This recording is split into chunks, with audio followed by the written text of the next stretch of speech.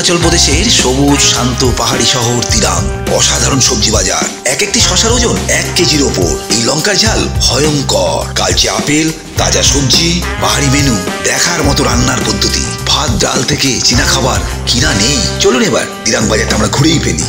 সবুজে ঘেরা শান্ত পাহাড়ি উপত্যকা দিরাং। উচ্চতা সমুদ্রপৃষ্ঠ থেকে 4900 ফুট প্রায়। এই উপত্যকার মধ্য দিয়ে বয়ে গেছে দিরাং চুনদী। চুনদী উপত্যকার সৌন্দর্য বাড়ানোর পাশাপাশি এই উপত্যকার মানুষজনের জীবনযাত্রার উন্নতির বড় ভূমিকা রয়েছে এই নদীর। দিরাং শহরের প্রধান ব্যস্ত একটি এই রাস্তা আসাম থেকে তাওয়াং যাওয়ার রাস্তা। সকাল থেকেই আকাশ ছিল পরিষ্কার, ঝকঝকে আবহাওয়া।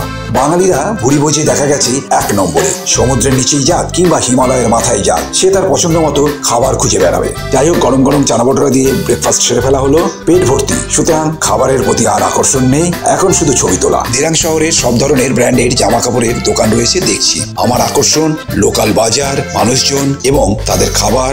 চলুন দেখার অভিজ্ঞতা কতটা সঞ্চয় করতে পারি আমি। প্রথম কথাই হচ্ছে পরিষ্কার, সতেজ এবং সুন্দর করে সাজিয়ে রাখা। প্রতিটি দোকানই মহিলা পরিচালিত। দিরাঙে খেয়াল করে দেখলাম প্রতিটি দোকানের সবজির পাশাপাশি নানা ধরনের ডাল, শুকনো মাশরুম পাওয়া যাচ্ছে। এগুলো কি জানেন? আমি তো বুঝতেই পারিনি। জিজ্ঞেস করে জানতে পারলাম এগুলো শশা। এত বড় শশা আমি তো কখনো দেখিনি। কম করে এক একটি শশার ওজন 500 থেকে 1 কেজি হবে। ঘন সবুজ। কলকাতার মতো এরা সবজিতে রং করে না। প্রতিটি সবজির নিজস্ব রং রয়েছে। সুন্দর বড় বেগুন তেল তেল করছে। সারা বছরই এখানে বাঁধাকপির চাষ হয়। আমি যখন আসছিলাম তখন দেখেছিলাম পাহাড়ের ধাপে ধাপে এই বাঁধাকপির চাষ হতে। গাছ পাকা পার্সেমন। এই লঙ্কা পশ্চিমবঙ্গের দার্জিলিংয়ে পাওয়া যায়, নাম ডাললে। ভারতে এর থেকে ঝাল লঙ্কার হয় না।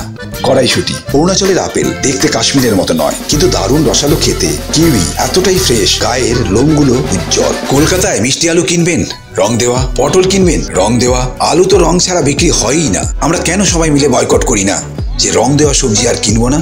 এত তাজা সবজির বাজার দেখে বেশ ভালো লাগলো। কলকাতায় ফিরে আবার সেই রং দেওয়া সবজির বাজারেই ফিরবো। সকালেই কথা বলে গিয়েছিলাম আজকের দুপুরের লাঞ্চ এখানেই সারবো।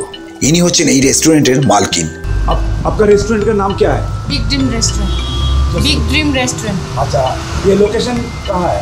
दिरांग बाजार। दिरांग बाजार में है ना? পরিষ্কার পরিচ্ছন্ন, ভিড়ও রয়েছে যেহেতু নানা ধরনের আইটেম এখানে পাওয়া যায়। আমরা সামনের সোফাটা বুক করে রেখেছিলাম। প্রচুর আইটেম রয়েছে, আমরা আমাদের পছন্দ মতো দিয়েছি। এই রেস্টুরেন্টে চাইনিজ থেকে বাঙালিদের ভাত ডাল পর্যন্ত রয়েছে। আমি রান্নাঘরে প্রবেশের জন্য রেস্টুরেন্টের মালকিনের থেকে পারমিশন চাইলাম রান্নার ছবি তোলার জন্য। চিলি চিকেন তৈরি হচ্ছে, পেঁয়াজ, কাঁচা লঙ্কা, সয়া সস, চিলি সস, আরো কিছু মশলা দিয়ে। খুব দ্রুত বানাচ্ছে চিলি চিকেন। রান্না করার জায়গাটি আমার কাছে পরিষ্কারই লাগলো। একই ব্যক্তি কত দ্রুত বিভিন্ন আইটেম বানাতে পারে সেটা বোঝা গেল এখানে এসে। আমরা নিয়েছিলাম ভেজিটেবল ফ্রাইড রাইস। এই হচ্ছে সেই শশা আমরা যা বাজারে দেখেছিলাম। ফ্রাইড রাইসের সঙ্গে ছিল চিলি চিকেন। এই ছিল আমাদের সারাদিনের ভ্রমণ। যে সমস্ত ভ্রমণ পিপাসু এই ধরনের ভ্রমণ করতে ভালোবাসেন তাদের জন্য রইল পরবর্তী পর্ব। ভালো থাকবেন।